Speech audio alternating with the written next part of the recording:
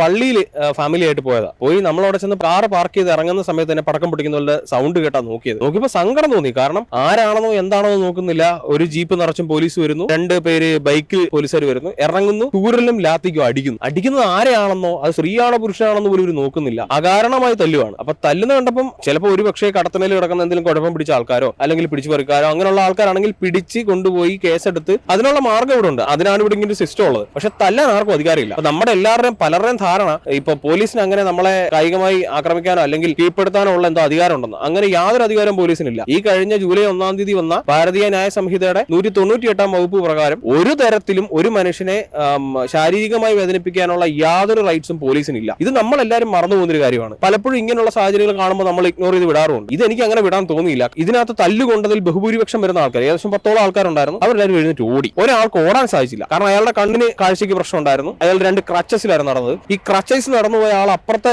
കടത്തിനയിൽ വീണുപോയി. അയാൾ അവിടെ ഇട്ട് തല്ലി. അത് കണ്ടപ്പോൾ ഞാനത് ചോദ്യം ചെയ്ത് അതിന്റെ വീഡിയോ എടുത്തു. എന്റെ ദേഹത്ത് വടിവെച്ച് തൊടുന്നേ പ്രവീൺ പ്രകാശ് സാറേ, ഞാൻ പറഞ്ഞുതരാം. ഇവരാരോ ആയിക്കോട്ടെ, കള്ളുകൂടിയന്മാരോ പിടിച്ചുപറിക്കാരോ ആരും ആയിക്കോട്ടെ, നാട്ടു റോട്ടിലിട്ട് തല്ലാൻ ഇയാൾക്കാരും അധികാരം കൊടുത്തത്? സാറിന് ആരാണ് അധികാരം തന്നത്? മർദ്ദിക്കാൻ ആരാണ് അധികാരം തന്നത്? വടിവെച്ച് ചൂരിൽ വെച്ച് ഇവരെ തല്ലാൻ നിങ്ങൾക്ക് ആരാണ് അധികാരം തന്നത്? വീട്ടിലില്ല. ലിബോ ചെറിയാൻ അല്ലേ? ലിബോ ചെറിയാൻ 6 അടി പൊക്കമുള്ള സാറേ, കാണിച്ചു തരാം കേട്ടോ.